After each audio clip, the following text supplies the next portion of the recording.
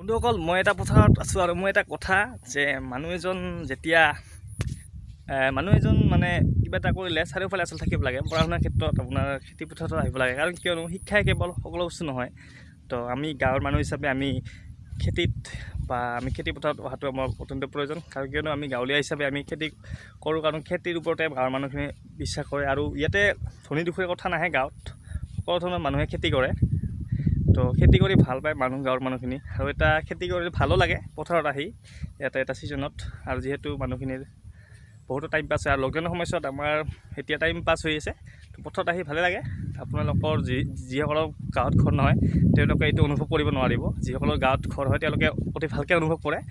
তো আপোনালোকে যদি কিছুমান গাঁৱৰ বাহিৰত আছে আহিব পাৰে গাঁৱলৈ, এইখিনি সময়ত আপোনালোকে চাই যাব পাৰে। এইখন ঠেলাখন পথাৰৰ মাজত টানি টানি একেবাৰে ভাগৰি পৰিছোঁ। এতিয়া আছোঁ পথাৰত, ঠেলাখন টানি বহুত ভাগৰ লাগিছে। ৰাস্তা একেবাৰে বেয়া, গলি গৈছে, গেলি গৈছে।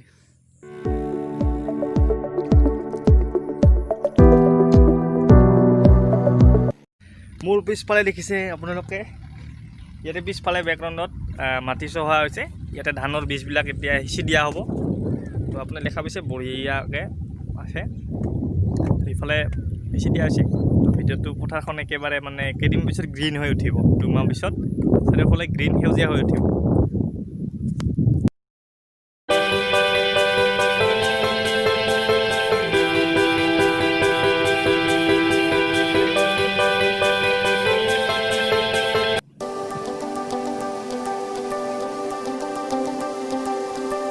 বন্ধুসকল, আমি গাঁৱলীয়া হিচাপে এটা গৌৰৱবোধ কৰোঁ, কিয়নো গাঁৱতে সকলো ধৰণৰ মানে বস্তু উৎপাদন হয়। এজন চাবা তুমি, যদি আমাৰ দেশৰ সুৰক্ষা কৰে বা দেশৰ সুৰক্ষা এখন গাঁৱৰ পৰাই যায়, বীৰ সেনা এজন ৰাজনৈতিক নেতা হ'বলৈ গাঁৱৰ পৰাই হয়। আৰু যদি খেতি বাতি খোৱা খাদ্য সকলোবিলাক সামগ্ৰী গাঁৱৰ পৰাই যায়। তো গাঁও নহ'লে চহৰৰ কোনো মূল্যই নাই। তো সেইকাৰণে গাঁৱলীয়া হিচাপে প্ৰাউড ফিল কৰোঁ, আৰু এইটো প্ৰাউড ফিল কৰাতে কোনো দুখৰ কথা নহয়, এটা প্ৰাউড গৌৰৱৰ কথা।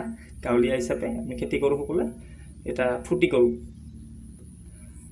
তো ভিডিঅ'টো বেছি দীঘলীয়া নকৰোঁ, জাষ্ট ভিডিঅ'টো একো নাছিলে, জাষ্ট এইটো আহিছিলোঁ মই, এইটো ব্লগ নিচিনা হৈছিলে ভিডিঅ'টো। তো চাই যদি ভাল পাইছে কিবা এটা কৈ দিব, থৈ দিব। এইখিনি বাঁহেৰে আমি এতিয়া বেৰ বান্ধি দিম। আমি আচলতে ইয়াক বেৰ বুলি নকওঁ, আমি হেঙাৰ বুলি কওঁ। তো এই বাঁহখিনিৰে আমি এতিয়া হেঙাৰ বান্ধি দিম। তো মানে ব্লক কৰি দিম আৰু যাতে পিছেৰি কৰি দিম, সেই এৰিয়াখিনি যাতে গৰু সোমাব নোৱাৰে। আৰু এই ঠেলাখনতে লৈ অহা আছিল, প্ৰথমখন ঠেলাতে।